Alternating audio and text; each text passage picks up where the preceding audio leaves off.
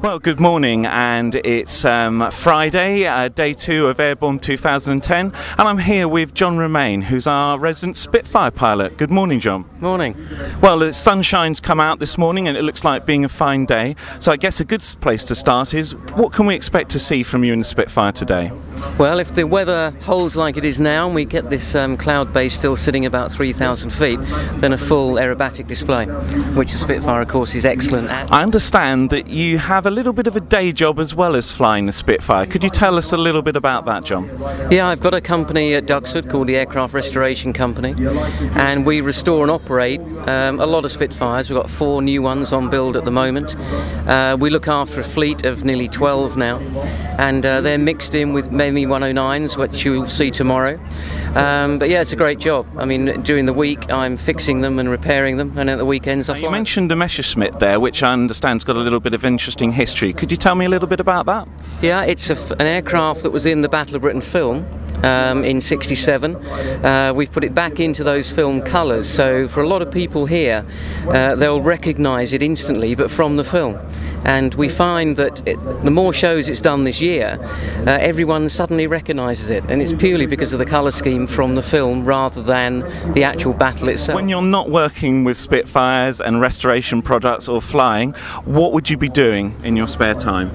Most of it's spent at home. I've unfortunately in some ways bought an old farmhouse a few years ago that was originally built in 1550, and so I'm heavily into restoring that, so it's still restoration. I'm afraid. You've been doing Airbourne, I believe, since the year 2000. What is it that draws you back time and time again to Eastbourne?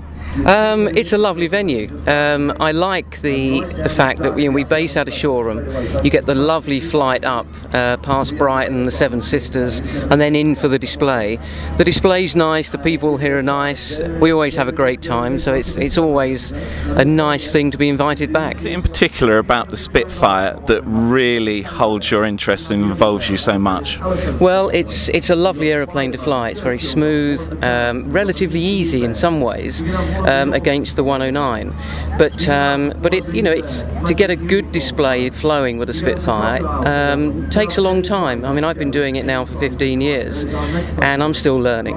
It's one of those aeroplanes, it talks to you all the time, you know what it's going to do. And if flown well, it really does look beautiful. Flying this evening in the Come Fly With Me? Well, that's a little bit different. We fly and there's music playing at the same time. So, and because the crowds have gone off the beach, we can pull it in a little bit closer. You try and really keep the display going to the music. We can't hear the music in the aeroplane, of course, but you know what track's playing, and it ends up, ironically, most people think that you've done very well in getting manoeuvres just where the right piece of music is. Most of it's luck. We look forward to seeing you again in many years. Thank you, John. Thank you.